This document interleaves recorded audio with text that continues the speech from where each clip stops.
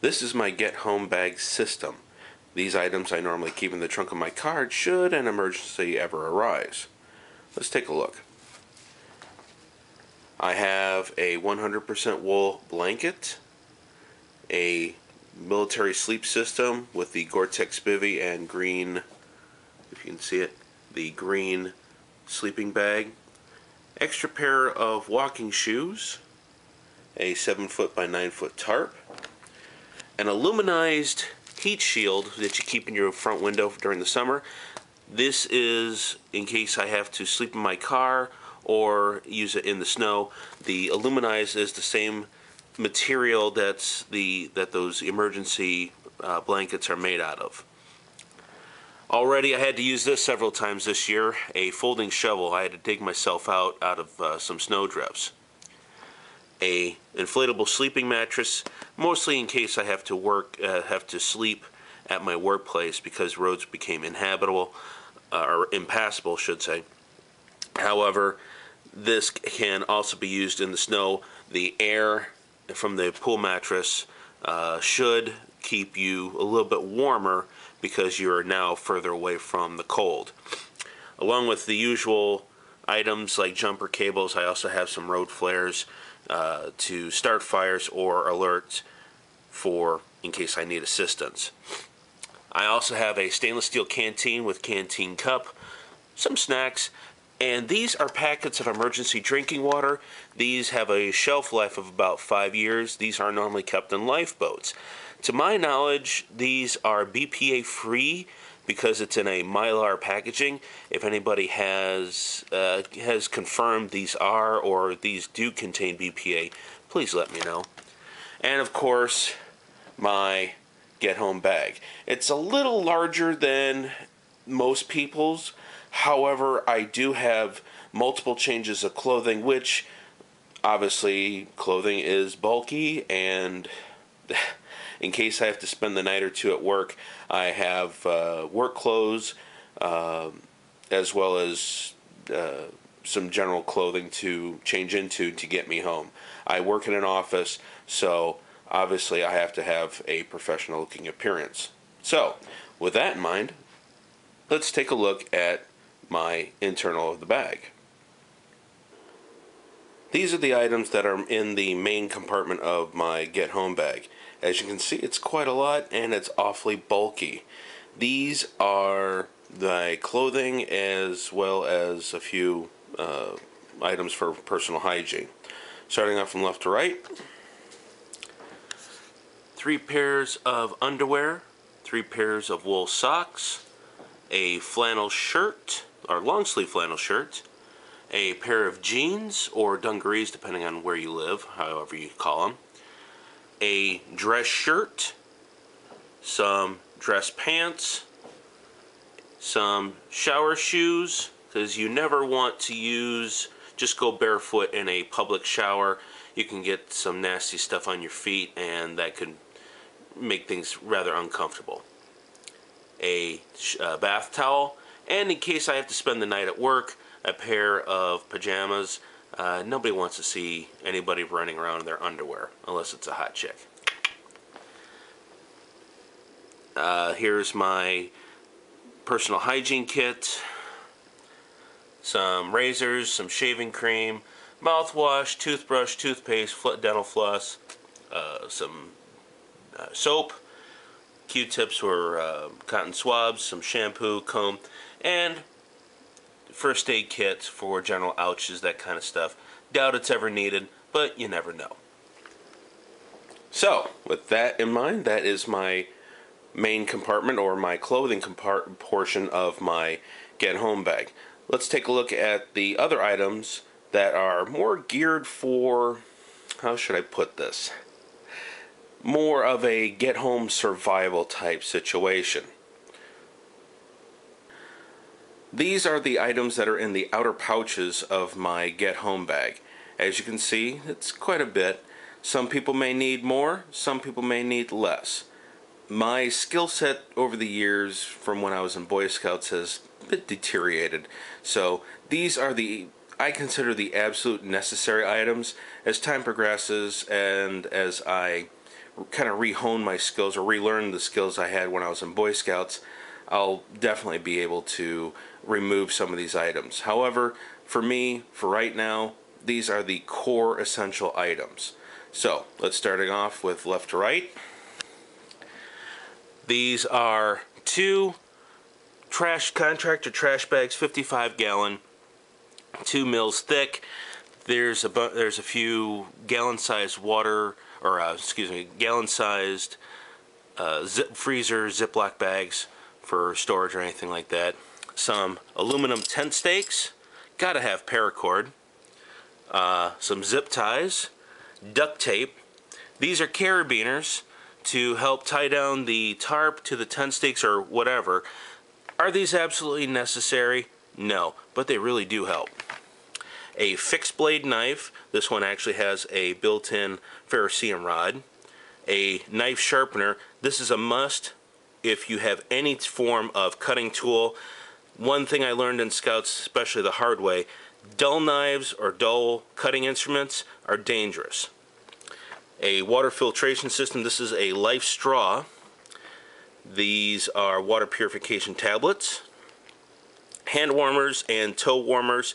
In the wintertime, especially the toe warmers, they are absolutely essential if you are in very cold climates, if you got to do a lot of walking. These are leather work gloves. This is a boonie hat. In the wintertime, not really necessary. However, in the summer, this helps keep the sun off you, and the wide brim also helps keep rain off you if it's raining. The work gloves, they got to protect your hands so you don't get cut. This is a Write in the Rain notepad. Got a Sharpie, got a pen, you got a pencil. This is diethylene glycol. This is what the military was using. Don't know if they're still using it now, but they were using this as a form of fuel to heat up for their canteen cup stoves. This does not give off any odor, unlike the Esbit stoves that has the trioxane and hexane fuel tablets. This has no smell, and if it's light out, if there's any kind of light out, it's very difficult to tell if this is actually lit. You can feel the heat, but you won't see a flame. This is a Swiss military camp stove. In essence, it's a canisterno with a riser, so you can set your canteen cup on top of that and heat or boil your water, heat up your meal or boil some water that way. Lastly, this is my fire kit, so let's take a look what's inside that. Here's the contents of my fire kit.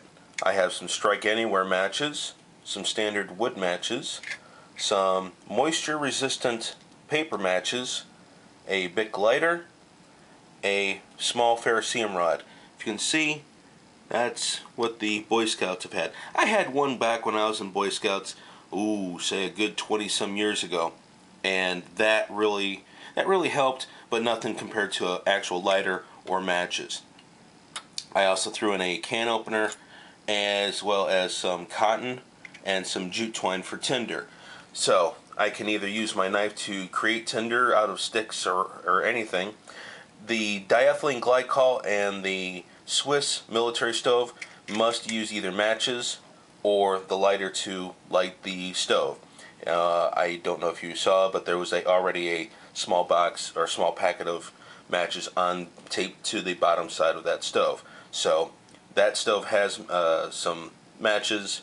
This is another fire kit, so I can either use the wood surrounding me or the diethylene glycol to start some sort of combustion for warmth or water purification.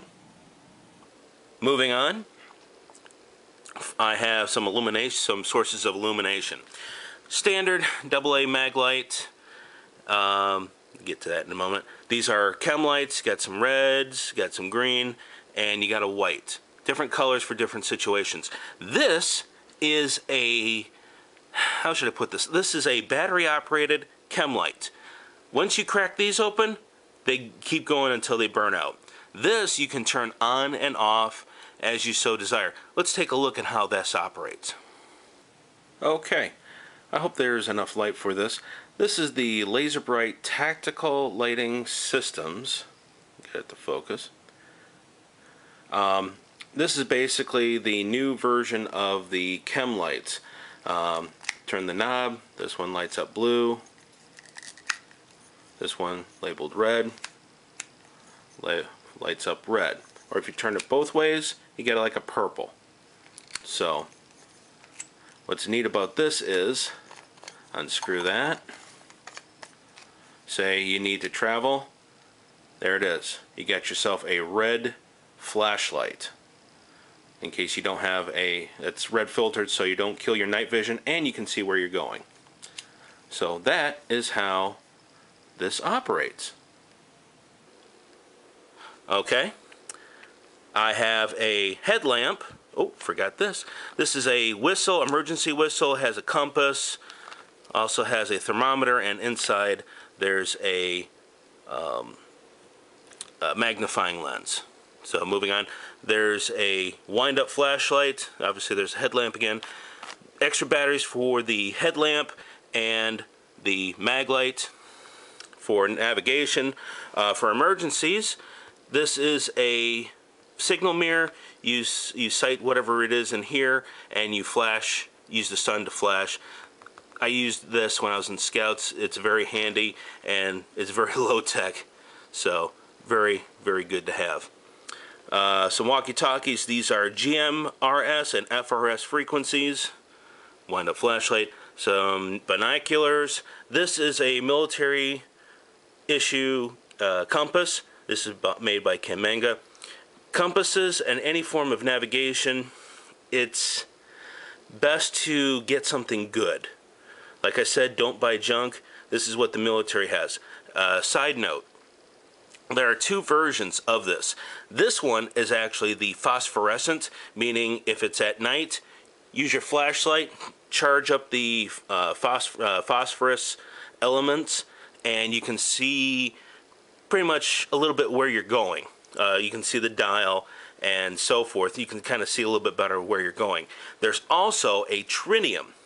Tritium is a radioactive isotope that glows. To my knowledge, tritium lasts about 12 to 15 years. Phosphorus can last about 20 to 25 if it's not exposed to direct sunlight for quite a bit. So that, since it's mostly inside my pack, it might last me about 30 years or more, depending on how much light that has been exposed to. I may be wrong, but I haven't had anything last 30 years with phosphorescent or luminous dials. For hygiene, emergency hygiene, I got some wet wipes for cleaning yourself. These are disinfectant wipes for your hands or face in case you get splashed with something nasty. The roll of gold, toilet paper, and some hand sanitizer. For food, these are New Millennium energy bars. I first had these in a MRE once. Obviously there's 6, so I can either last 2 days, breakfast, lunch, dinner, or a total of 6 days, having just one for each day. And, well, you can kind of get the general gist of the idea. Get to that in a minute.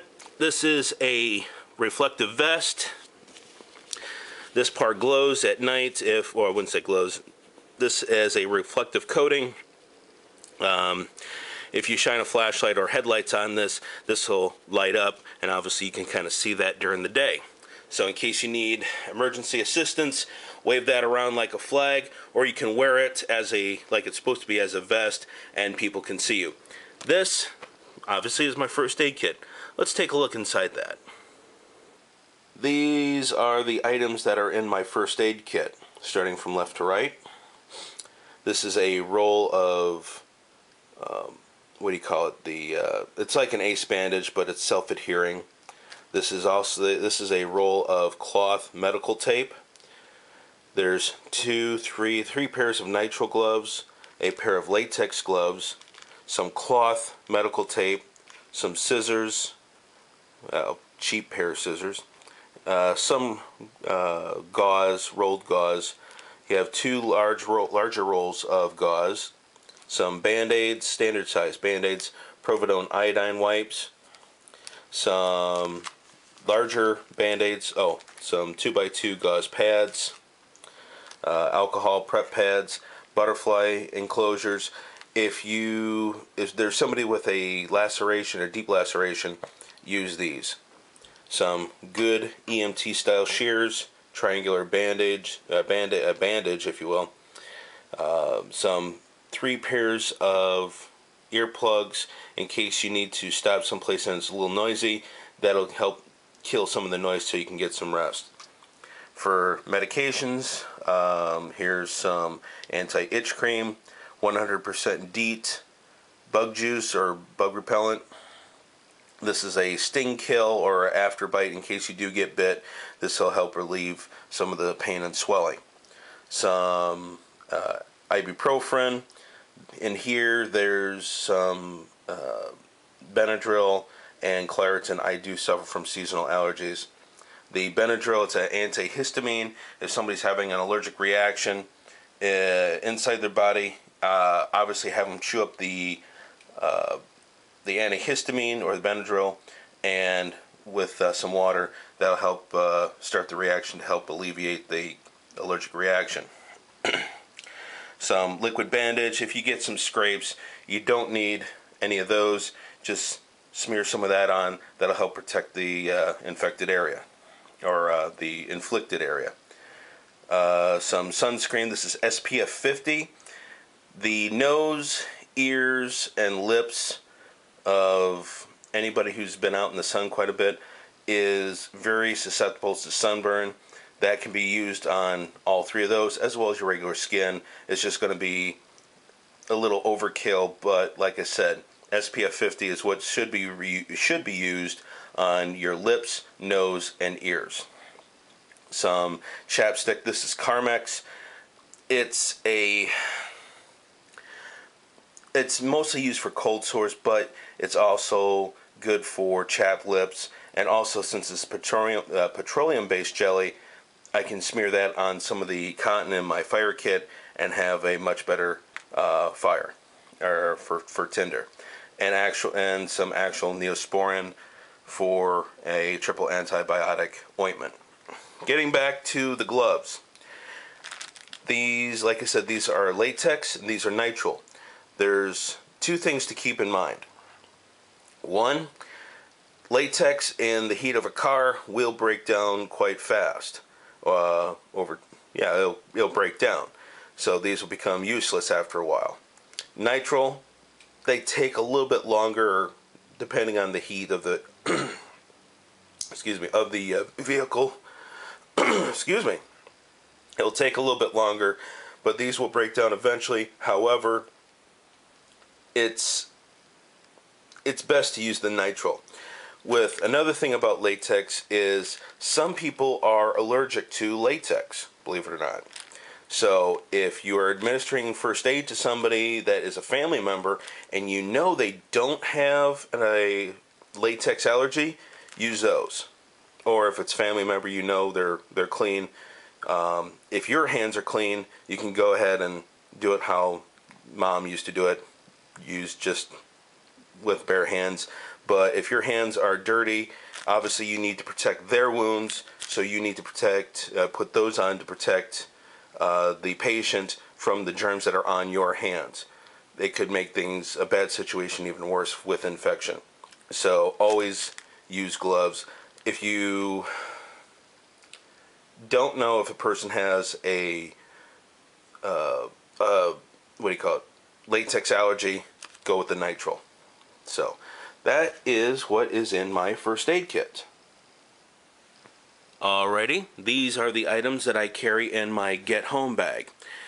Like I said, you can get away with more. You may need more, or you can get away with a lot less.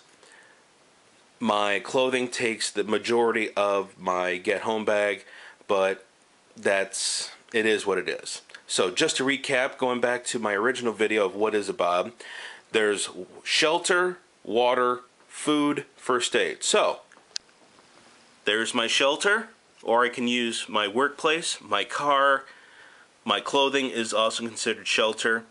Water, well, I have my life straw, my water purification sources. I also have these, like a small box that I keep in my trunk, as well as my canteen cup.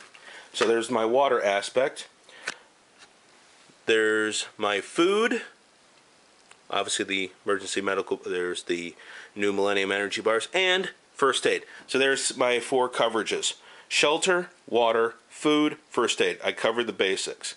So this is what I use to get home, and that's what I use. Like I said, you can get away with a lot less, or you may need a lot more. It's always best to have something that covers the 4 basics. So with that in mind, thanks for watching, and stay tuned for the other videos.